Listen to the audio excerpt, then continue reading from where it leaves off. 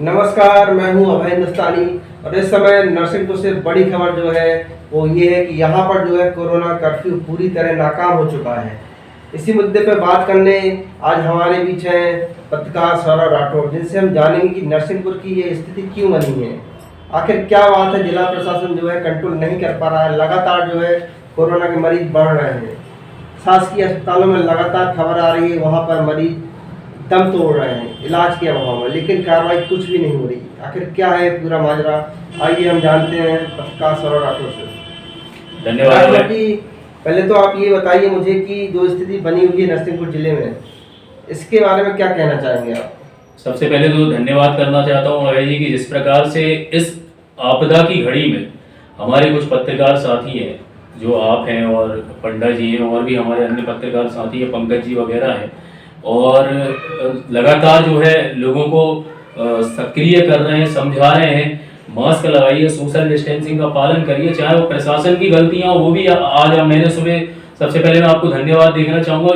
Curfew पे जो आपने आज खबर चलाई सुबह वो बहुत बढ़िया लगाई आपने। उसके बाद मैंने भी पोस्टर डाली, पंडा जी ने भी डाली और अशोक ने मस्तू जी ने भी डाली। तो ये कहीं ना कहीं देखा जाए तो एक बहुत अच्छी बात है कि कम से कम कुछ तो पत्रकार हैं जो सक्रिय हैं, और जो नहीं है उनको भी धन्यवाद करता हूँ।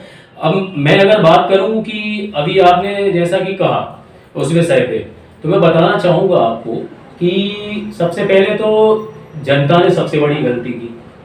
पहले मैं जनता को दोष देना चाहूँगा, हम प्रशासन और सरकार पे बाद में आएंगे। जनता ने ऐसी की कि भाई पहले से ही जो सरकार थी वो चेतावनी दे रहे थे, सरकार अपनी तरफ से कह रही थी कि भाई सोशल डिस्टेंसिंग का पालन करना है, मास्क का करना है।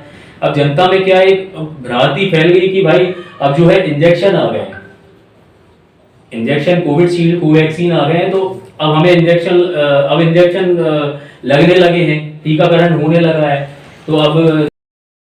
तो अभय जी मैं बताना चाह रहा था आपको कि मैं बीच में जब गया तो मैंने देखा लोगों ने जो है इंजेक्शन के लिए कहा, टीकाकरण के लिए कहा कि भाई अब कोरोना का टीकाकरण आ गया है, कोवैक्सीन आ गई है ना।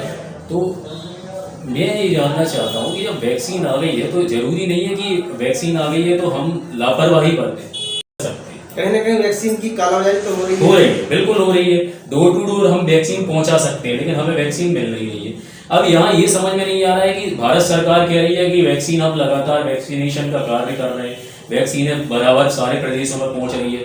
जहाँ कांग्रेस की सरकार है, छत्तीसगढ़ हो या जहाँ सामलाती सरकार है, आप देख लीजिए जैसे महाराष्ट्र है, तो वो कह रहे हैं कि हमें पर्याप्त वैक्सीन नहीं मिल रही है। अब केजरीवाल जी भी दिल्ली में कह रहे हैं पर्याप्त नहीं मिल रही है, जबकि केजरीवाल जी ये भी कह रहा है उनका कि हम 3 महीने में वैक्सीनेशन कार्य पूरा कर सकते हैं डोर टू डोर।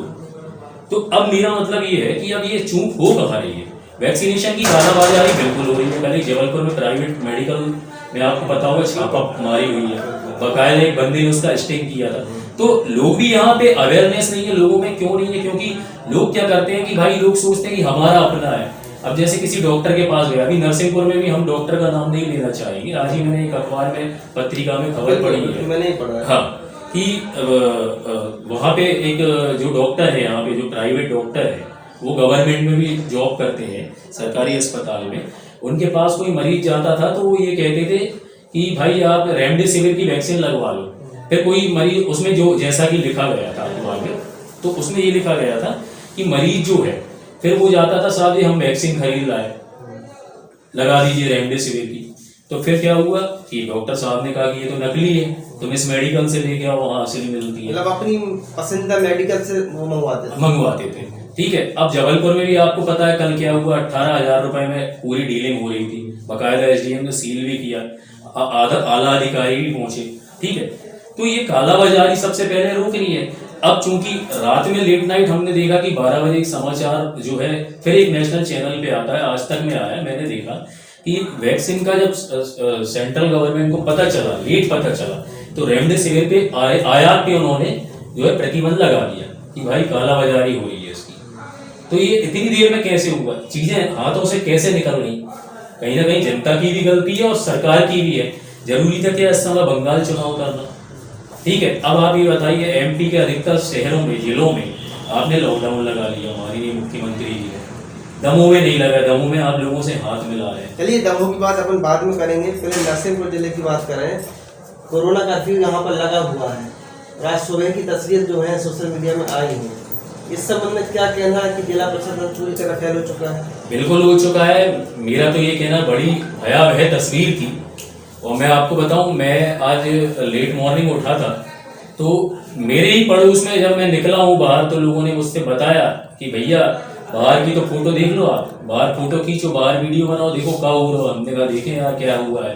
तो बाहर जाके जो नज़ारा देखा, बड़ा ही भयावह नज़ारा था कि जो जनता है, जिनको जानकारी नहीं थी, जानकारी के अभाव में क्या कलेक्टर साहब ने आदेश जारी किया था, भगवान जाने क्या पुलिस प्रशासन कार्य कर रहा था, कि जनता को ये नहीं पता था कि आज कोई लॉकडाउन खुला ही नहीं है।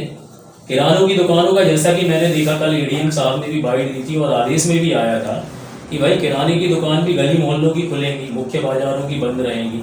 फेरी वाले, जो सब्जी वाले, फल वाले, वो फेरी लगाएंगे मुख्य बाजार में, या मंडियां नहीं भरेंगे। आज तो मैंने देखा गुजरी बाजार देख लो या मंडी देख लो, आपने कहीं जिला प्रशासन अपने मैसेज को जो है जनता के बीच सही तरीके से जो है प्रचार नहीं कर पाया। बिल्कुल नहीं कर पा रहा। माध्यम से जनता भ्रमित हुई है। बिल्कुल भ्रमित हुई है। जनता तक कैसे मैसेज जाएगा? आपने ना चोंगे लगाए ना कुछ किया, आपने कोई लाउड ही नहीं किया, कुछ स्पीकर ही नहीं लगाया आपने। जनता को कैसे पता चलेगा? जनता तो आप जानते हैं, नरसिंहपुर की जनता, एक सिपाही भी हो अगर पुलिस का, अगर जनता भड़क जाती है तो पुलिस का सिपाही भी अगर उनको समझाए तो जनता मान जाती है। इतनी सभ्य जनता है नरसिंहपुर की हमारे, आप भी जानते हैं।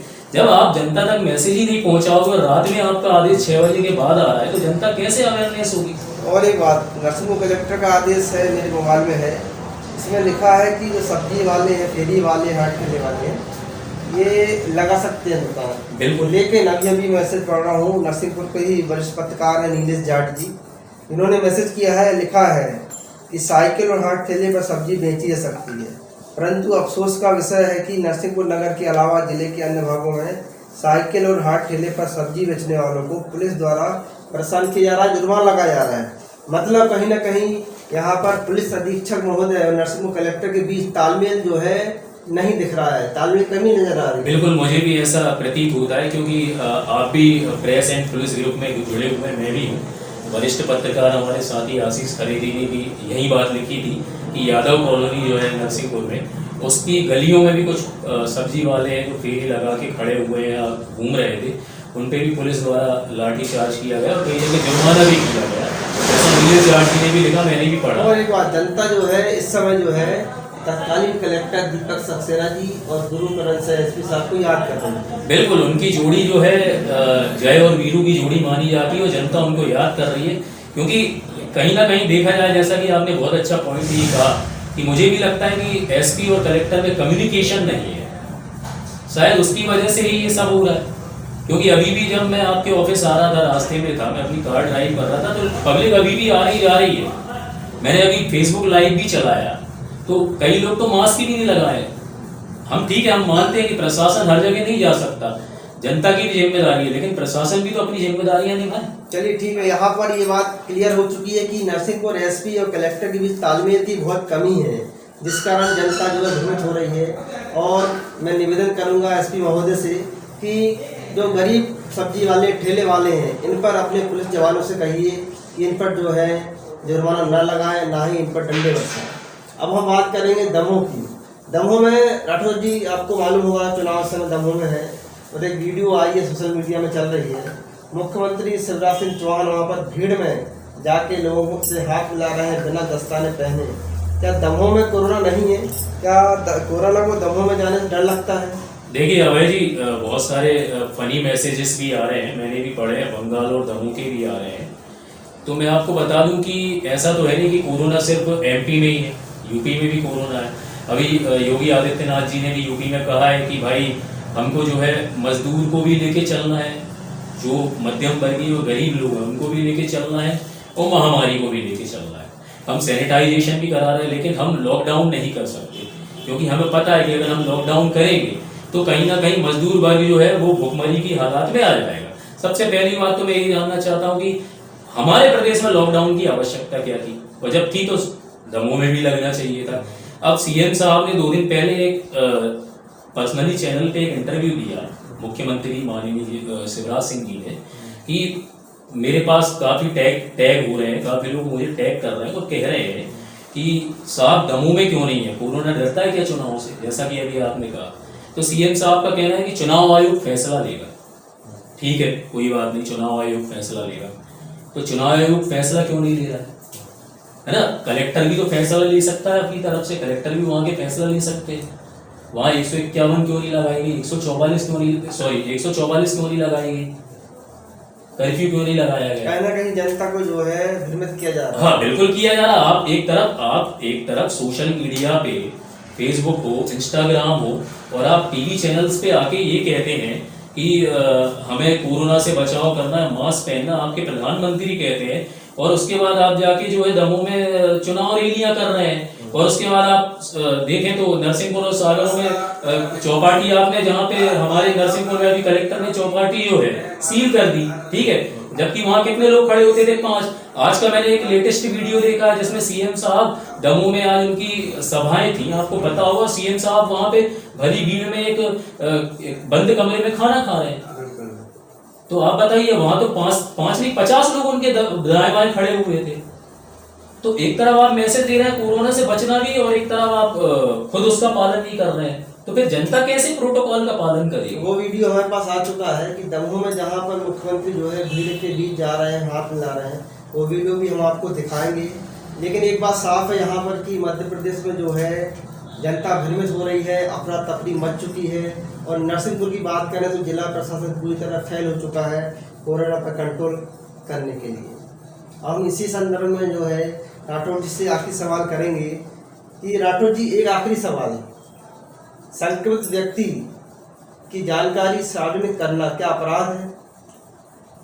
देखिए, संक्रमित व्यक्ति की जानकारी साझा करना तो खैर अपराध नहीं है, लेकिन वो व्यक्तिगत करे तो ठीक है।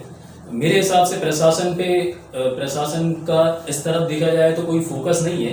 लेकिन संक्रमित व्यक्ति भी, मैं एक निवेदन करना चाहता हूँ कि व्यक्तिगत वो खुद अपनी जानकारियां साझा करे तो ठीक है। जैसे कि हमारे यहाँ के कुछ अच्छे युवा लोग भी हैं जिन्होंने फेसबुक के माध्यम से भी बताया कि हम संक्रमित हैं, और जो हमारे संपर्क में आए हैं वो कृपया अपने आप को क्वारंटीन कर लें, अपनी जांच करा लें। लेकिन जिला प्रशासन को जो है सूची सार्वजनिक करना चाहिए कि कितने व्यक्ति पॉजिटिव हैं, कहाँ रहते हैं, उनका क्या पता, पूरा जानकारी जो है सार्वजनिक करना चाहिए ताकि लोगों को मालूम पड़ सके। बिल्कुल करना चाहिए, लेकिन मैं बताऊं आपसे, ये मैंने अभी लास्ट टाइम पढ़ा था, पता नहीं, मुझे अभी इस बारे में ज़्यादा जानकारी नहीं है। जितनी है मैं बता दूं कि सुप्रीम कोर्ट का भी इसमें आदेश है कि आप किसी की जानकारी जो है व्यक्तिगत सार्वजनिक नहीं। ठीक है, अब मैं आपसे चाहूँगा जनता के लिए आप 2 शब्द कहिए जिस तरह कोरोना से बचा जा सके। देखिए, मैं जनता से यही कहना चाहता हूँ और अपील करते हैं, हम सभी पत्रकार साथी अपील करते हैं आपसे कि अभी जो भयावह स्थिति है, मैं पिछले 4 दिनों से वीडियो देख रहा हूँ। मैंने पिछले साल 2020 में जब कोरोना ने दस्तक दी थी हमारे भारत को, तब इतनी भयावह स्थिति नहीं थी जो मैं इस दूसरे चरण में देख रहा हूँ 2021 में। वो ये कि पिछले 4 दिनों से मैं जो वीडियो देख रहा हूँ, 3 महिलाओं की मौत, और डेली मौत के आंकड़े बढ़ रहे हैं। मैं बताऊँ, मेरे को जो सूत्रों के द्वारा जानकारी प्राप्त हुई है, डेली महिलाओं और पुरुषों के मौत के आंकड़े बढ़ रहे हैं, है ना, और कोरोना से उनकी मृत्यु हो रही है। कल भी मैंने देखा एक पुत्र अपनी माँ को लेके कोविड सेंटर में बैठा है, वो भी हमारे पत्रकार साथियों ने सभी ने वीडियो शेयर की थी, प्राइवेट ऑक्सीजन ला के दी है। तो आप जब देख रहे हैं अस्पतालों में बेड फुल है, 300 बेड फुल है, मरीजों की व्यवस्थाएं नहीं है, तो आपसे यही निवेदन है कि अगर आपको लगता है आप में लक्षण है तो अस्पताल जाएं, अन्यथा व्यर्थ आप अस्पताल न जाएं। और सबसे पहले अपने निकटतम किसी भी प्राइवेट डॉक्टर को, अच्छे डॉक्टर को दिखाएं, और सोशल डिस्टेंसिंग, मास्क, ये बहुत ज़रूरी है। सरकार ने तो बिल्कुल ये समझ लो कि आपको और हमें अनाथ बच्चों की तरह छोड़ दिया। उनका काम था, वो समझा चुके हैं, है ना। इसका जीता जागता नमूना है जो है दमोह है। तो मेरा यही निवेदन है नरसिंहपुर के जिले वासियों से कि हमें जो है सोशल डिस्टेंसिंग का पालन करना है, घर जाएं, हाथ धोएं, सैनिटाइज करें, ठीक है। धन्यवाद, क्योंकि हमारे भी माता पिता हैं, हमें भी बहुत सोच समझ के चलना है, और खासकर युवाओं से भी मैं हाथ जोड़ के निवेदन करना चाहता हूँ। धन्यवाद।